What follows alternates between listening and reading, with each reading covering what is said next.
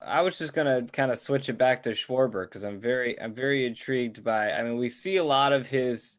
I want to call him shenanigans, but some of his fun stuff he does on Twitter. He'll come into the stadium dressed as different things, obviously keeping it appropriate. Do you have some good Kyle Schwarber stories from your time?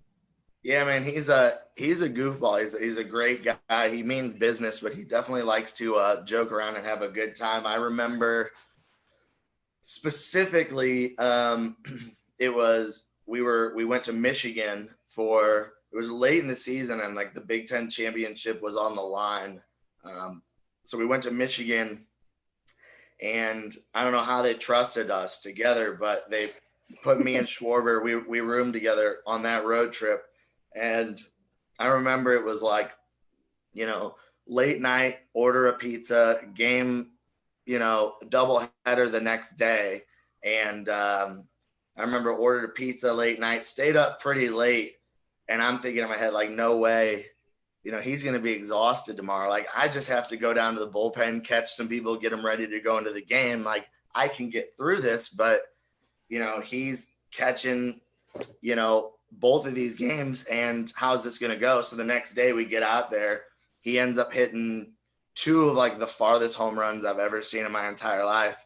And like just joked about like, man, I guess they're gonna put us together, rooming together more often. I guess pizza and late night snacks and shenanigans is gives this That's a guy a little secret. extra boost. Yeah, that's so anytime anytime he's hitting bombs out there for the Cubs, he probably had a pizza on a late night the night before. Yeah. Do you have any Popovich stories? Do you have anything like that? I know you're a storyteller, so what do you have in terms of Greg Popovich? Um, yeah, a lot of them, probably are better for like, when you're having a cold drink and stuff Yep. like that. But no, the best thing I can say about Pop, and this is before I started, I had a short stint with them as a player. I always tell people if you sneezed, you probably missed it. It wasn't very long, but it was enough to, make an impression and everything. And I remember calling him a few times to, ask for some help. And he called me back in the middle of one of their playoff runs. And I left a message. He called me back the next day apologizing. Hey, sorry I couldn't get back to you. I mean, the guy's playing a game in the middle of the playoffs, and here's a guy who, didn't put any banners up for him, didn't make him any of his money. And everybody talks about how great he is as a coach, which he is. He's arguably the best of all time. But who he is as a person, goes far beyond what he does on the basketball court. And anytime I call him or anytime I ask for some help, he lets me be a part of everything he does, all his coaches meetings, training camps, get to run the draft workouts for him. And I'm just grateful to be around him and guys like him, each and every day. Well, I think everyone's talking about Phillip Rivers. They might even be talking about the draft that the Colts had, because I thought it was a pretty good draft overall. But I feel like the DeForest Buckner move is kind of sliding under the radar. Is that one of the most under the radar signings from the NFL free agency? Yeah, for sure. Because it wasn't your typical free agent deal. It was a trade, right? So you didn't give up. You gave up the first round pick, and we talked to everyone about it. And Matt Eberflus, who runs the Colts defense as the coordinator, they came to him and said, would you be willing to give up the 13th pick for DeForest Buckner? And he said he had two words, yes and yes. So if you want a sense of how impactful DeForest Buckner can be on a game, turn on the Super Bowl. I mean, the guy destroyed the Chiefs offensive line. He was in the backfield harassing Patrick Mahomes, maybe the best player on the field for 3 quarters, maybe the best player on the field with a lot of good players for 3 quarters. Now, we know what happened at the end. We know Mahomes did what he did, and the Chiefs are Super Bowl champs. But Buckner addresses a need the Colts have long ignored and not been able to fill. They've never had a dominant 3 technique, not since the days of probably Baltimore, and I'm not exaggerating there. They've had some adequate guys. They've never had a bona fide Pro Bowler. And I think Buckner changes everything from the minute he gets there. It is one of the more underrated moves this offseason. And he's going to make Darius Leonard better. He's going to make Kenny Moore better. He's going to make everyone on that defense better. Well, let's talk about that schedule because it's different this year. The majors are going to be kind of bang, bang, bang, bang. And as you guys joke, even after the FedEx Cup, so we're gonna have a FedEx Cup champion without a major champion. But what's the weird, or how is someone like Tiger going to get himself ready for those majors? How is somebody internationally even going to get here for the majors? What are some of the hurdles that the PGA Tour is going to have to face here coming up? Man, it's crazy. Like, and I think it's evolving so like differently and quickly. When this first started, I think we got the sense that the PGA was in the toughest spot because California seemed really locked down and like they were coming up first in August. It was like, man, PGA like preemptively jumping to August seems like now a bad move. Now we're looking at it here like a couple months later at the end of May saying they might be in the best spot where there's some kind of lull between waves and states seem to be opening up to sports again. Whereas the Masters might be in a hard spot late November, mid-November when there's concerns about a second wave. So I think it's like really hard to peg where we'll be coming for that major season. Where are we going to be in August even? Where are we going to be certainly in September with potential Ryder Cup, the US Open? PGA seems like it's in a good spot. The international thing is a real challenge. Like right now, the PGA Tour is requiring you to come for 14 days. You have to quarantine for 14 days. And like, that's a sensible regulation. But Lee Westwood's talked about this. Adam Scott's talked about this. Like flying from international to the US and then having to sit in a hotel room for 2 weeks. Like, what's the cost benefit of that? Not being able to practice, not being able to do anything. Like, does that make it worth it? Does that make it worth it to play a major? Does it make it worth it to play a regular PGA Tour event? Where are you? You're seeing some guys like Matt Fitzpatrick, I think, has already come over. He's going to quarantine in Florida. Rory McIlroy's caddy, Harry Diamond, has come over. I think he's going to quarantine in Rory's guest house, which is a luxury we don't all have. So I think there's going to be some major challenges with incorporating the international players, but it's kind of like, the Open Championship is canceled.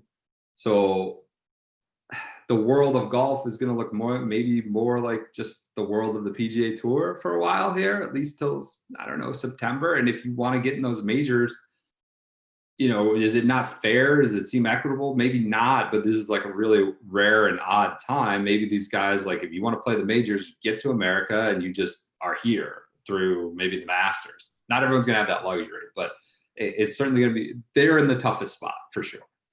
Well, let's lighten the load a little bit. We've talked a lot of serious stuff.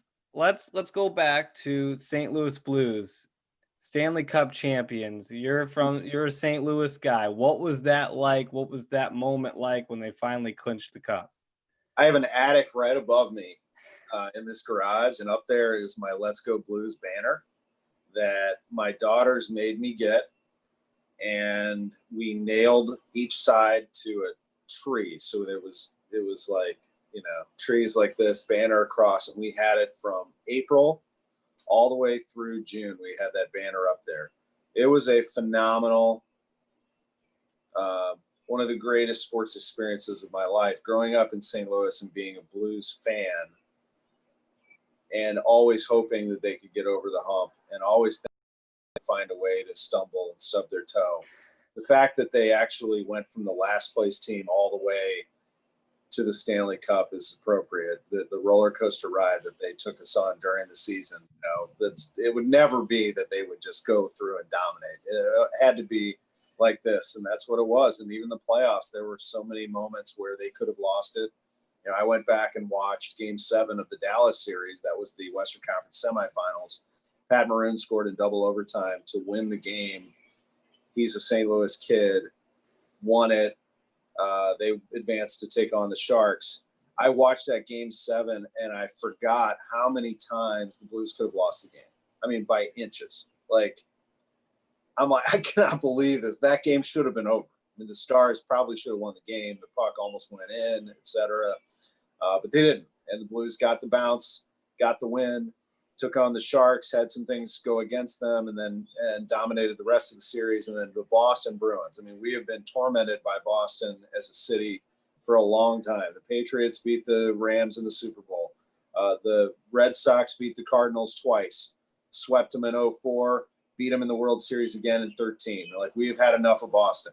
And the Bruins lost a chance to win the Stanley Cup at home in Game 7. The Blues went in to that raucous building and took it. And the party actually kind of is still going. Like it was still defending champs. It was beyond belief. The party was everything I dreamed it would be and more. I mean, covering it, was fascinating. Now, I have a long history in covering the Blues, but as the sports director at KMOX, I oversee all of our coverage, and I had very good reporters that had been with the team all year while my focus was more on the Cardinals. For the Blues, I would go to games. I didn't cover them as intensely, but I was around the team quite a bit, spending some time with our sponsors and with management, with the team. So when they went to Boston for Game 7, I stayed back and I told all of our crew, I said, I want you to be there. I want as many people who cover this team to be there. I've seen a lot of great stuff. I'll be fine. I'll stay back and cover the Cardinals. Don't worry about me. You guys experience this, enjoy it, soak in every second. And they won it all. Our group covered it. They were on the ice with the cup afterwards. I mean, just amazing. And I remember Mike Claiborne, he's a Cardinals broadcaster. He came in to do some coverage of the celebration if they were to win it. And we watched the third period together in the sports office at KMOX.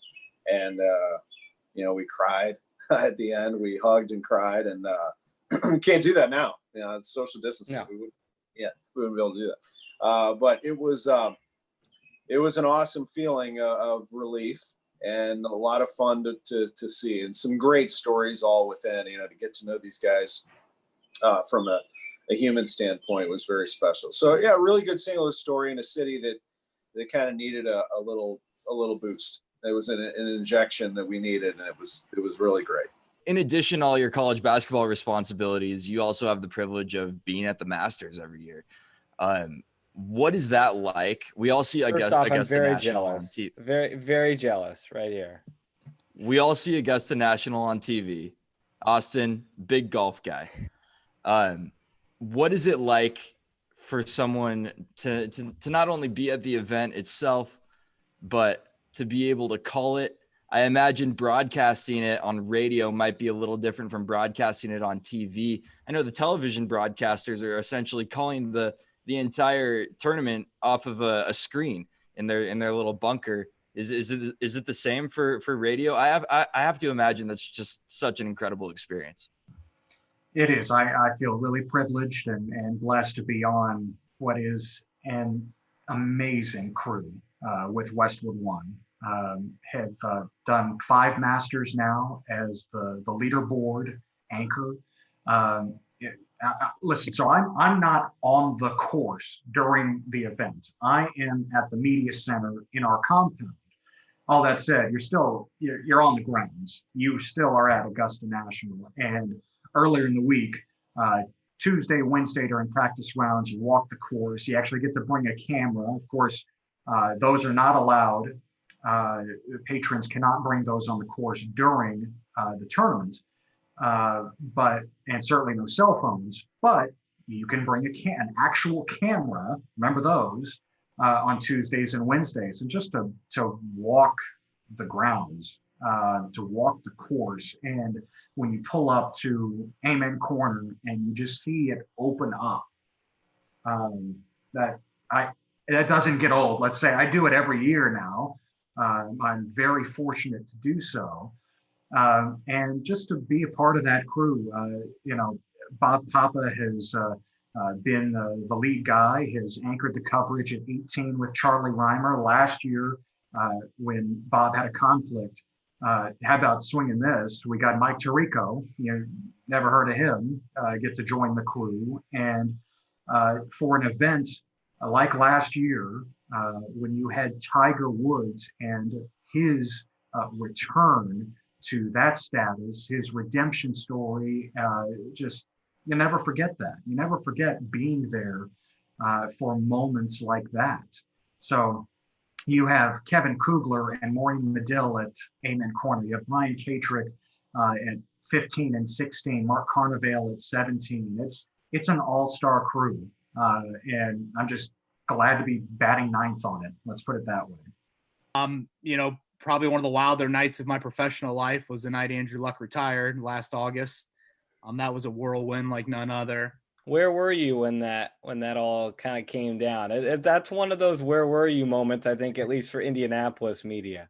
Yeah, if we were gonna do a 30 for 30 documentary here in Indy, that would definitely be it. I was in the press box. I would pretty much just finished up my preseason story, which I was just praying that the families of the players I wrote about would click on, because not a lot of people are clicking on the old preseason stories. But it was the fourth quarter. I had written it. Deion Kane had a big game. I remember like it was yesterday. And then just seeing the tweet from Adam Schefter and going down to Colts PR, and they don't deny it. And that's when you're like, oh my gosh, this is about ready to happen. And it's about to get super awkward for Andrew Luck down on the football field. So yeah, that was a long night. Luckily, my wife had one of her good family friends in town, and because I don't think I left Lucas Oil till about 3 a.m. that night. So that's certainly a memory. Going to London when they played over there in 2016, I know it wasn't a great game by any means. They lost to the Jags, but we had dinner at Kensington Palace on Friday night. And that's a place that I really didn't know that much about before I went there, but I certainly know a whole lot about now, and have a great appreciation for being able to go to that and seeing Wembley Stadium. I'm not a huge soccer person, but one thing that I'm sure you guys have been to NFL stadiums, you've certainly been to some big college football stadiums. Like a lot of college football stadiums are bigger than NFL stadiums, like Michigan, Ohio State, Tennessee. I mean, there are a lot. NFL stadiums for the most part are about 60,000, right around there. And Wembley was massive, and everyone was in their seats like 30 minutes before kickoff. Like it was like, yeah, we're good. We're done tailgating. We just want to be in here and see an NFL game. And that was a cool atmosphere that I'm just not as used to going to NFL games. Bryson DeChambeau packed on, I don't even know how many pounds during the quarantine, at least 30, I would say, and is just hitting it as far. He led the field in driving. He's cutting corners, hitting bombs. I don't even know what he looks like. I said something, it's hard to describe. He looks like the son of a mechanic who is now working for his dad in the summer, and he doesn't realize that he's now made a career-long choice. He's never going back to college. He's now a mechanic. He just looks dumpy and kind of silly, and it's so fun to watch. And that was the most exciting, I think, on my end, was watching Bryson try to cut the corners and just completely transform his game in the last 6 months and see it on full display. Well, I feel obligated to ask. Austin and I were talking about this a little bit before the show started. We had this conversation about Zion, I feel like less than a year ago. Is Bryson fat? I know that there is a ton of muscle there. So I'm not saying he just got fat. I think there is some – I don't even know if you call it fat. I mean, if you drink 5 to 6 protein shakes a day, and if that's like whey protein, that is just going to be fat. I think there's going to be some fat there. Yeah. There is some pictures that were floating around of when he goes and gets in his putting stance, that gut it's there. Like there's something spilling over the belt. Also, though, he's posted pictures on Instagram showing how many abs he has, trying to flex on Brooks Koepka for some reason. So I think there's both to it. He has cultivated a lot of mass. There is a ton of muscle under there, but there's also just a little bit of, I'm not even saying it's like pizza and beer and burgers. I just think if you're having that much whey protein and that many calories, there's going to be a little bit of, I don't want to call it fat on there, but there's a little bit of that there. Let's talk about your time at IU. What do you remember from Bloomington? What made IU so special for you? Well, I grew up in Bloomington. I'm a townie. I went to Bloomington North. So I've got a lot of appreciation for Bloomington. I'm here actually right now. My parents live here, and New York City is not the best place to ride out a pandemic. So we've been here. The best parts, even though I covered literally the worst Hoosier basketball teams in history, the best parts were Assembly Hall. Just going to the games, that atmosphere, the smell of the popcorn, Tom Crean's crazy press conferences. I loved it all. There's a lot of restaurants and bars that no longer exist that I used to go to. So that part has been humbling. Are you excited to see Yogi's back though? I am, but I haven't gone there yet. I don't know. Is it spooky? Is it haunted? Is it okay? I haven't We're been newly yet. 21, so Yeah, we very- have yet to go. I turned All right, so 21 you- right before the pandemic, so I haven't been to That's Yogi's fair. yet. That's fair. Well, I'm sorry that happened. That was cruel for you guys. Hopefully, you've had fake IDs for years and been going to the bars, anyways. But no, one of the nicest things right now has been walking around campus. There's nobody here. I've been going on campus walks every day by the media school. I literally went there this morning, go by Showalter Fountain and the Sample Gates, and it's a beautiful campus. And you just forget about that. But there's so many people that spend time manicuring it and doing the landscaping, and it's just gorgeous, and it's really fun to walk around, and it does make you nostalgic for those days when you're hungover walking to, like, I don't know, astronomy or something, and you weren't looking around, you just had your head down, but when you look up, it's pretty beautiful. Well, I'm going to put you on the spot here. We do this thing on Fridays called Top 5 Fridays, where we usually come up with some sort of ranking system. So I'm going to put you on the spot. What are 5 games, your top 5 games that stand out to you from your IU career? Okay, all the ones that I played well in. Scored 30 against Iowa at home my senior year. Hit the game-winning shot against VCU. Obviously, Kentucky game at home. I'm trying to go quick for you. Let's see, 2 more that was fun. My first ever game, I scored a point in Florida Gulf Coast my freshman year. No one in the stands. It was fun. And then the last one I'd probably say would be, winning on the road is sweet. So I would say, one of those road wins, probably at Michigan, or it's tough to get even. I don't even remember because it's so tough to get some. But it was always fun. You win those games. You have fun locker room. The plane ride home is just fun. No one's looking at each other funny. So I'd say those are my top 5. Well, what about that VCU game? I mean, was that the play call? Kind of walk us through what was supposed to happen there, if that was exactly how it went. I know sometimes those plays don't go to plan, but what was the plan there, and what was it like hitting that shot? Yeah, time and score is actually not a great shot from Vic or from me, to be honest. We were coming down. It was kind of like a 2-on-1, 3-on-2 kind of thing. And Vic goes to the rim, and I'm kind of funneling in behind him. And I'm probably yelling "Trailer, I'm behind you, pass it to me." And Vic's like, "Nah, I'm going to go take it." So he goes in, gets a shot block, and it comes right to me. And I'm a good 15-foot jump shooter. I get out to 3-point line. Who knows? It's just throwing it in the ocean. But 15 feet, I'll bet on myself. So it came out to me. It's another thing you want is when a rebounder or someone's rebounding for you, when practice, they're always underneath the basket, throwing it straight to your chest, like a straight line drive. And so when those kind of happen in the game, it's why everyone talks about a 3-point shot is great after an offensive rebound, because the ball's coming from the rim out to you and you're catching it naturally the way that you practice. Where if you catch it from the side and you bring it in, it's a less natural shot. So the ball just trickles right to me. It's just like practice. I'm screw it. I'm shooting it. I'm open. Goes in. We're up. I think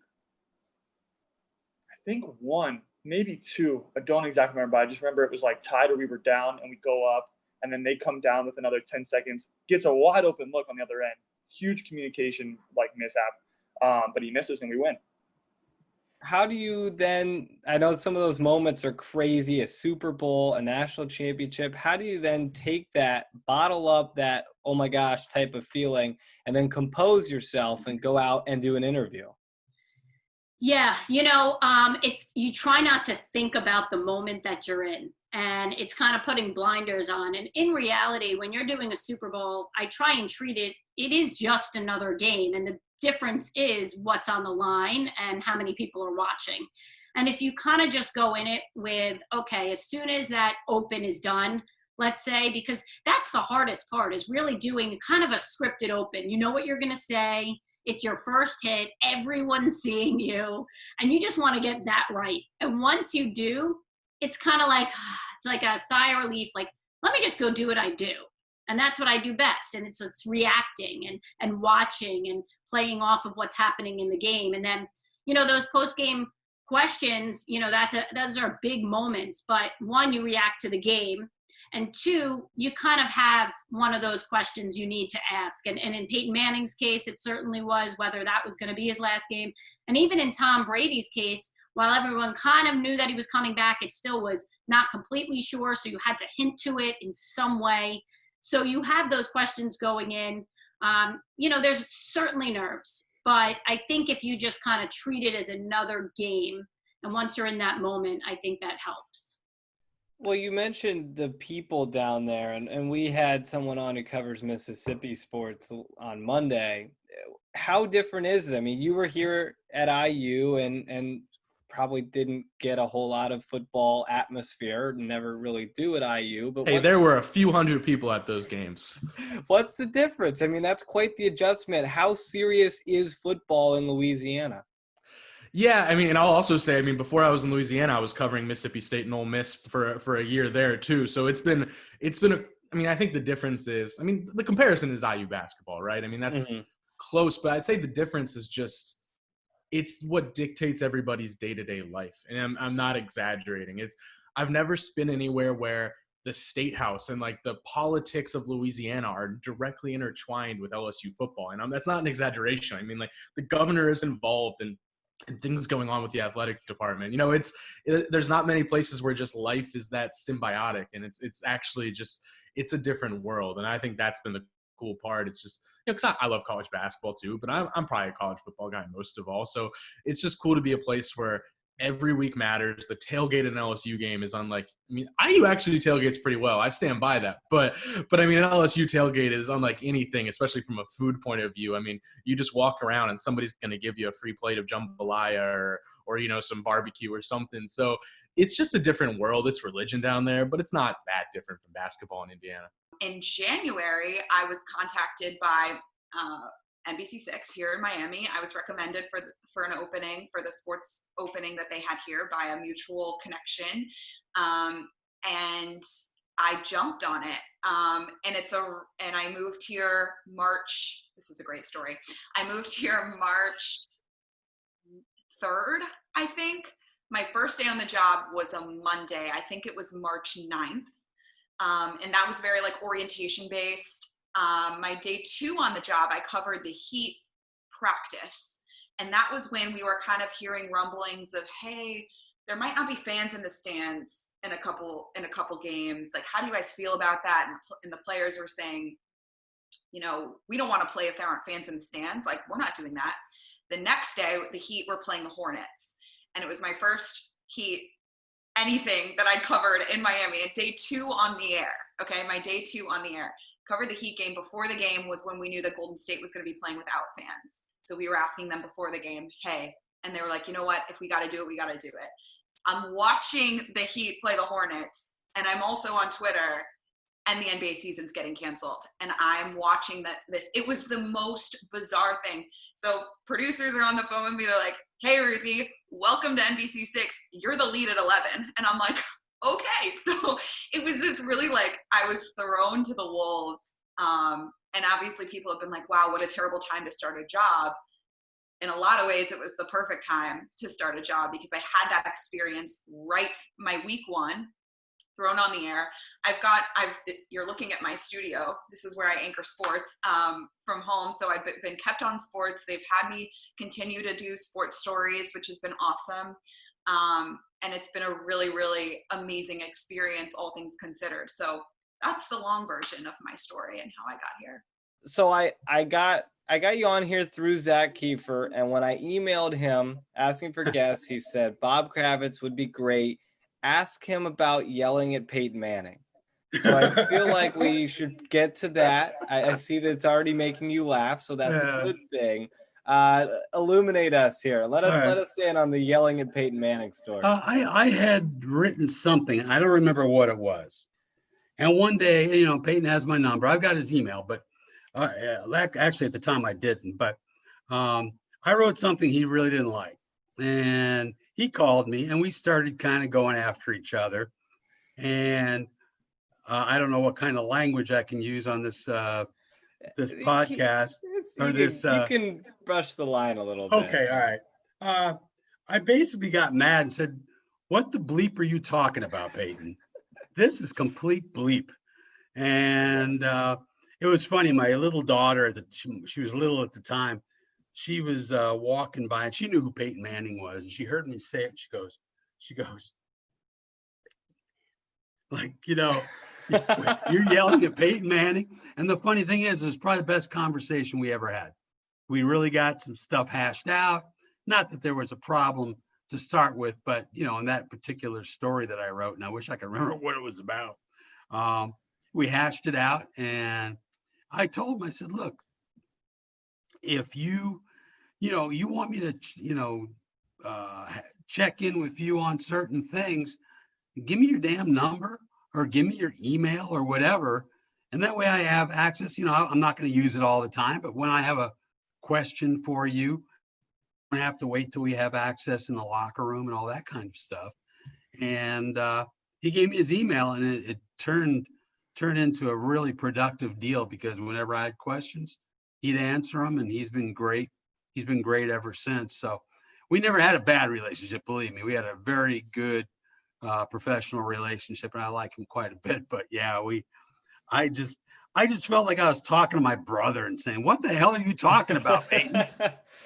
So Bart, we're going to keep on the IU trend. Now, we know, of course, you watched the 87 championship, but were you in New Orleans? No. The Final Four game against UNLV, my buddies and I, we didn't even think about driving down to New Orleans. I know a lot of people who did. We went over to Miami of Ohio for the weekend, and 5 or 6 of us watched it together from there and had just the greatest time. And I know that back on campus, after we beat UNLV in the Final Four, the campus was insane. Everyone rushed to the fountain and stuff. For the championship game, we watched it from our fraternity house. There was a sorority over, and we all watched it in the huge formal.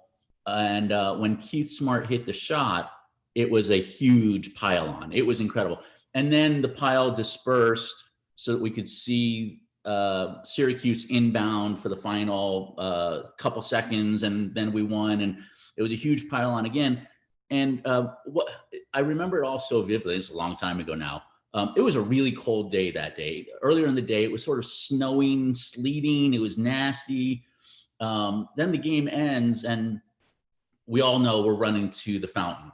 And so our house was like a mile and a half from the fountain. None of us had coats on. We rush out the door. We're sprinting. Like, I don't think we were in the greatest shape, but we were running fast to get to the fountain. The fountain was incredibly, like you could hug, high five, make out with anybody. And it was just the most joyous thing. I got inside the fountain. They were smart to get the water out of the fountain. So I got inside the fountain, which was very difficult because people were standing on the ledge and you had to sort of fight your way through. So I get in, and there's a bunch of us in there, and one of the dolphins or whatever they are, the bracing got broken off. And then people are carrying it through and sort of ramming people in the back. And when I saw that happen, I'm like, I got to get out. So get out. And then we all went over to Kirkwood, which was another mob scene. Hopefully you've seen the photos of it or video, because all of that was just, and so we're on Kirkwood outside for about an hour. And so now we're about 3 hours in. And then we realized it was cold out, because it was all adrenaline. It was all fun. It was all, and just incredible. The most incredible night of college. It was my freshman year, and absolutely amazing. 1989, Anthony Thompson had one of the best seasons of anyone in IU history. How, put into words for someone like me who was not even close to being born at that time, like, how good was Anthony Thompson? Anthony's, I think everybody would say he's probably the best football player to ever play at IU. I have a vivid memory. This will kind of help explain how good he was. He was a freshman when I was a sophomore, and he didn't start the first 3 games of the season, but then we went to Michigan State and he started, and I was blocking a guy and Anthony ran the ball, and the sound that I heard when he hit the middle linebacker was a sound I had never heard before. And this was a middle linebacker named Percy Snow, who was All-American. And I just remember out of the corner of my eye watching Percy Snow's knees buckle, and Anthony just kept going. And it was one of those moments where I was like, man, we're going to be really good. Up till then, I didn't really know if we were ever going to be really good. But when I saw that and heard that, I'm like, we just took it to a new level. Was he robbed in '89 of the Heisman Trophy? I couldn't tell you if he was or not. I can't remember his stats, but I have a hard time believing anybody on any team meant more to the team than what he did. But Yeah. We had another guy that maybe got robbed, Ernie Jones, my junior year. It was the same year a guy from Notre Dame won the Heisman. And if you look at the stats, Ernie probably should have won the Heisman. Pretty talented guys I got to play with. I do want to transition to Fred Glass retired this summer. He was a guy that hired you a couple of years ago. Just kind of talk about what Fred meant to you. Obviously, the guy who gave you the job, but also what he meant to Indiana athletics as a whole. It's a great question. College athletics, you're really, really lucky if your administration and the people that you work for really believe in what you do. That changes all the time. People move, people leave, things happen. I think when I first met with Fred, it took us about 15 minutes to learn we were kind of kindred spirits in a way. He's a really positive guy. He's a why can't we do this kind of guy. I think his body of work over 10 years is phenomenal. And if you look at what's been built, if you look at revenue generation, if you look at success for teams, he just had a huge impact on how things were going. And you guys are probably more historians than I am, but there was a time IU was shaky. I mean, things were going on compliance wise and coaching wise. And it's viewed very differently now than it was a decade ago by anyone in the country that I talk to who knows college athletics. And that's a testament to the people, but the people got hired mostly from, Fred's tenure. Good human being, fun, great guy, a guy I hope to stay in touch with, hang out with, use as someone that I can call when I've got issues. He's just really, really, he's got a really deep and broad sense of a lot of things. And I'm going to miss him because he was really easy to work for and great to work for. He was really complimentary of us and what we've been able to do in such a short time. But it's funny. He was like, well, that's why we brought you here, to do exactly what you guys are doing. So that was cool. And then obviously I'm really excited about Scott. Scott's background, how much he cares about this place is so obvious. And, being involved with the early Bobby Knight teams and all the championship stuff and all the buddies that he had and all the basketball players. And he's a Hoosier and he cares more about this place than anyone. And people, this is funny. People might take he's a really easy guy to get along with. He's super nice. He's very gregarious. He talks, but he is really, really sharp and he is really, really tough. And that's, you want someone in that position who's fighting the right battles. And he's got all the tools, man. I think Fred said this when he left, like, don't let the fact that he's charming and nice and kind, he's got the chops to do this at the highest of levels for sure. It's so wonderful that you've been able to embrace it. You're in a position that you love and it doesn't have to be the top of the top, but this is yours. So for those who have never won a Cape Cod Baseball League title like you did in 2017, tell those at home what it's like to win arguably what you say is the best summer leagues championship. It was amazing. And I think what made it even more special was we did it in Brewster. If YD, Yarmouth won a championship, it's not that big of a deal because before, a couple of years ago, they won 3 in a row before I got there. Brewster hasn't won a championship in 20 years. So having the opportunity to do that in year 3 of my tenure, I guess, to bring Brewster a championship, it wasn't about, it wasn't the gratification of me winning a championship or even the kids. What made it so special was there was 5,000 people at that game, that final game. And to see grown men, charge the field and be in tears because their hometown won a championship, that's what made it special. Hey, we got the ring, we got the trophy. 2 days later, we were all gone. We all left the Cape. But the lasting memory of seeing all those people on the field and, you know, guys in their 70s with tears in their eyes. That was an unbelievable experience. I'm so jealous. Like, I want to see that place packed with 5,000 people. It was packed for a few games of my season, but 5,000 people is insane. And I think what made it even more special too is the way that we did it. We were not the best team in the league. We kind of snuck into the playoffs. We weren't the most talented team in the league.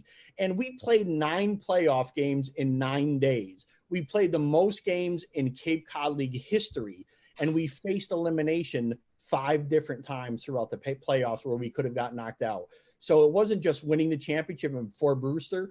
It was the way that we did it that made it even more special. Speaking to alumni, I'm from St. Louis, and I know that there's a very strong Indiana-St. Louis pipeline that runs in the soccer family at Indiana. So can you speak to, of course, Coach Kevin Robeson, have to mention him, and you got the Mayer brothers and Daniel Muni and AJ Palazzo. The list goes on and on. She really likes her St. Louis. I feel bad. I would have to bring it up, of course. Yeah.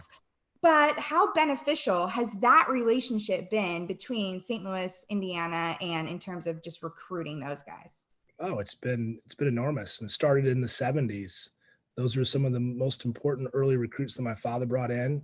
And that pipeline just grew. And it's from good experiences. The next player telling the younger player, going back to their youth coach, their high school coach, and saying IU was an awesome experience. On and off the field, that just builds that. And then once you have that, then it's a natural, because your players are your best recruiters. When they go back and talk about their experience, whether that being when they're here or after.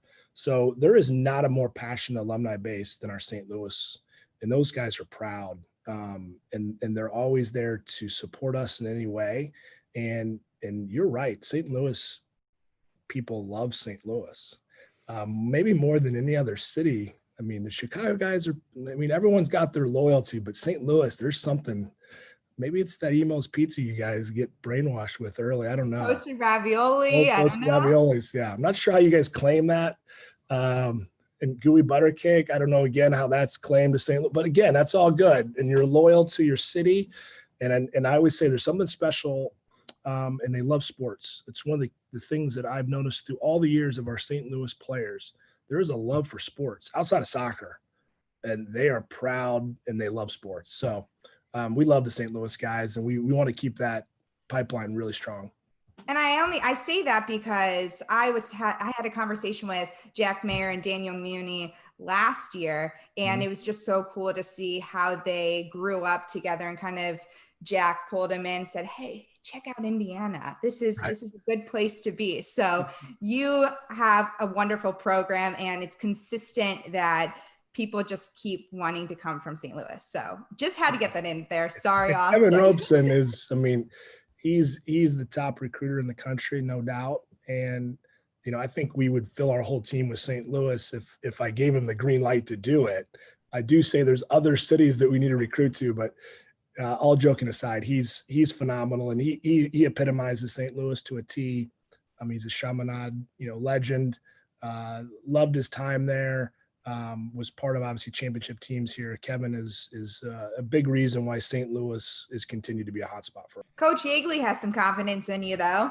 That's nice. That's nice. And I know you guys are going to ask that question, like everybody has for the last year and a half. It's like, how are you guys going to get to where the men's program is at? I'm like, no, I was just gonna ask how Todd has helped you. How has he kind of been a helpful tool in your intro to Indiana soccer? Oh, they've been, and Todd and his staff and Coach Yeagley, Jerry, they've been amazing. And I think I was very aware of what they've done in their culture and the respect that I think we've shown. But Todd has been so gracious with his time, and just spending time talking about the game, but also about the culture here in Indiana, the sports culture, the soccer culture, and we'll take anything. Women's soccer is a little different in a sense of how recruiting works and everything, but there's so many things that we've picked up and is already benefiting us. So just time and the connections in the soccer community through our men's program and especially in certain areas of the country, is really deep.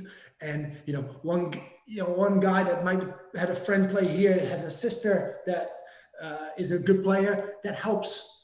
So and I think that what Todd was saying about that new facility and kind of Indiana soccer, right? The men's program, what they've done in the past, where it's not one program, it's two programs, but we want to be part of this overall. We can't just jump in and say, okay, we're going to be part of it, but we're kind of piggyback riding on what they've done and trying to install some of the pieces that they've installed over the years, and in between Todd and his dad, what they've done. And we've learned so much, and we'll continue to do so. And we're so fortunate to be around them. And now with the new facility, they can't run away either. So that's nice. Well, if we were in a non-COVID environment and everything was safe, where are your go-to places if I put you on the spot right now to go grab some food? So my favorite restaurant in town is Uptown. Uptown has got the most consistent meal in town. Not to tell you too much, but they pour very consistent cocktails as well. It's a great spot. Love, going to Nick's, of course. Nick's is a great place. Fan of, Big Woods and Upland as well. And my wife likes C3 because it's quiet and kids aren't allowed. So we have a good time at C3 as well. But there's just any number of, great spots in town to go grab a bite to eat. When I do have the kids, you can't go wrong with a Buffalo Louie's, and just a variety of pizza options as well. So that was my non-answer for you. Yeah, there we go. I have a friend I'm bringing him down to play the golf course in a couple weeks, and he's more excited for Buffalo Louie's, I think, than he is the golf course. That's certainly a good spot. Buffalo Louie's has been a takeout staple over the last 5 months here in town. It's been great. And Ed and I play pickleball together. So if I didn't give his restaurant a mention, I was going to get a hard one in the chest the next time we play. Coach, kind of changing gears to your philosophy a little bit. We dug up an old quote from your old athletic director at Wright State, Bob Grant. He said that you could teach a telephone pole how to hit. Where did that hitting expertise come from? How is that incorporated in your coaching philosophy now? Bob's too kind. He's an incredible person and a good friend. And I was really fortunate. So my dad was a nationally renowned hitting coach for years and years. Wrote hitting books with Dusty Baker, and so I grew up in big league clubhouses, and my dad would do hitting sessions and lessons with all the minor leaguers and major leaguers. They would come through and work. So I was exposed at a really young age to a lot of high level thought. I think part of my ability to understand offensive players is that I was a good offensive player and a really poor athlete by comparison to like high level athletes. So I had to learn to really understand movements and to teach myself as being a very, very moderate level athlete to be able to think the game and analyze the game and analyze movements.